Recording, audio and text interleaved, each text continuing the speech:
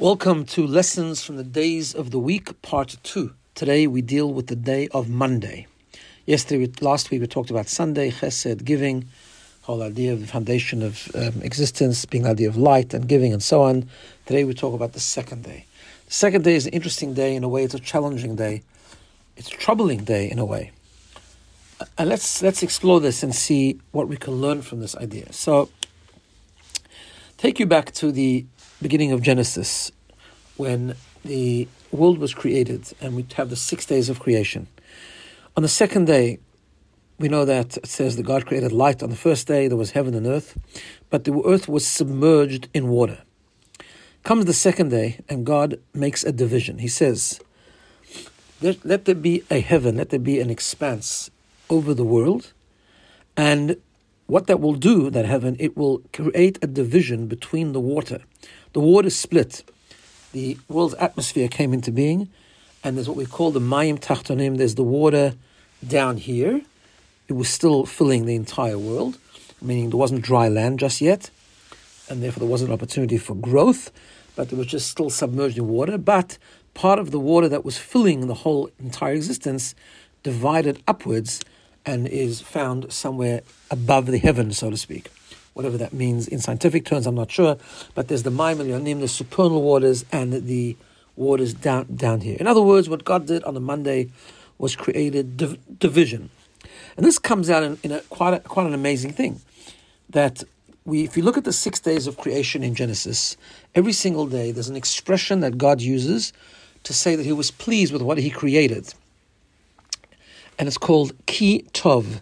For example, on the first days, it says, God saw that all that he created, he created the light, was Ki Tov. He created the sun and the moon on Wednesday, Ki Tov.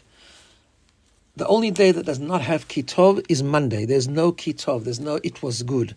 We don't find the word good on Monday. Because what was created on Monday? Division. In fact, the Talmud tells us that machloket, conflict, division, disunity, the conflict between people, that whole idea, that whole concept was created on Monday. Now, we mentioned that the Talmud talks about character traits that are more dominant with people that are born on certain days. And over here we have the idea that someone who's born on a Monday will be a person of anger, be an angry person, will be very easy to ignite his anger and lose his temper. Again, not a very good thing. We know that the Talmud tells us that anger isn't a good thing. Anger is likened to idol worship. It creates division. It's unhealthy, both for the person who gets angry, terrible for the person around the person who gets angry. So it seems like a very problematic day. It seems like a very big challenge and a challenging process the whole day of Monday, and almost seems like, well, what do we do with Monday, and what do we do with those people who are born on Monday? So what does Monday teach us? Does it only teach us to stay away from anger? Does it teach us to stay away from conflict, away from division, away from challenge? No. So we know the concept is like this, because what happens is, although Monday does not have the word Ki Tov, Tuesday, however, we have the Ki Tov twice in the Torah. Because Tuesday, God creates, first of all, dry land. He then takes the water which is down here, divides it up into the various oceans, and exposes dry land. Dry land, remember, is a place of growth. It's a place of inhabitants. It's a place where things can happen, things can be produced, things can be accomplished. And that was Ki Tov, that was good. And then he created plants, the growth. Plants, vegetation, trees, all those things that grow from the ground were created from what happened on Tuesday, and therefore Ki Tov is written twice. In other words, what happens on Monday on the surface is bad. It is a challenge. But challenge can be good. Challenge can be an opportunity, and it's up to us to learn how to turn challenge into opportunity. The very possibility for Tuesday to be a day where growth can be facilitated, where things can be planted, where dry land can be exposed, is because of the division of Monday. Conflict is not a bad thing. In relationships, for example, we have talked about this many times. Conflict is a catalyst for stronger relationship if it's navigated properly, if it's used as an opportunity. Its conflict and division can be resolved so that the relationship between the two parties is not just restored, but it's even stronger. When people have a relationship, for example, and nothing happens, everything is just fine, everything's peaceful, It's never been tested as an untested relationship. When you can withstand conflict, withstand challenge, withstand difficulties, it becomes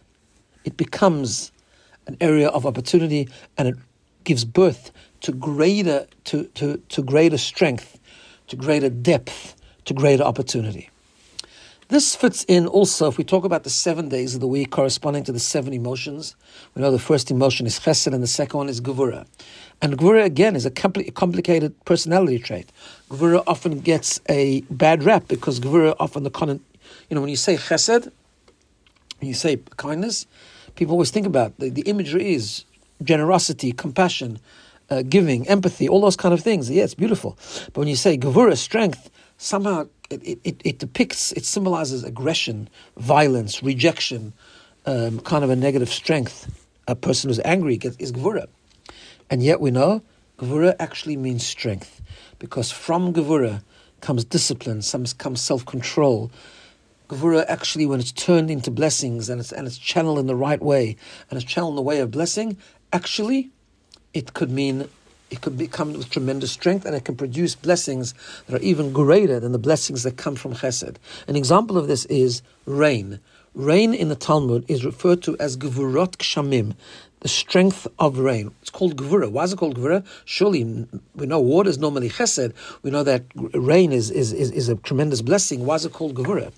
Because it's a strong blessing, but also because rain is only beneficial when it rains in a way where every drop is separate, is divided up from the other one. Divided again. Division means like almost a conflict, but that division of the rain is a blessing. Talmud says if the rain would just fall on the earth without being divided up into different drops, it would just overwhelm the inhabitants, it would drown us all out, and it would destroy the world. So the gevura actually turns out to be a tremendous blessing. It's the strength of being able to hold back and do it in an organized, fragmented fashion so that it's beneficial, that it waters the plants, that it enhances growth, and so on and so forth. So another idea. So the same thing. A person who's born on Monday has a personality to be angry. It doesn't have to remain with anger. It means the person is strong, the person is passionate, the person is fiery. Those can all be wonderful things. So therefore the lesson from Monday is, when there's challenge, when there's conflict, when there's a difficult personality, we need to learn to use it as an opportunity. We need to know that on the surface, the way it is now, it doesn't seem good. That's why there's no kitov, but it produces a double kitov the next day, because it can be channeled to produce even greater strength, even greater blessing, even greater kitov. Have a wonderful day.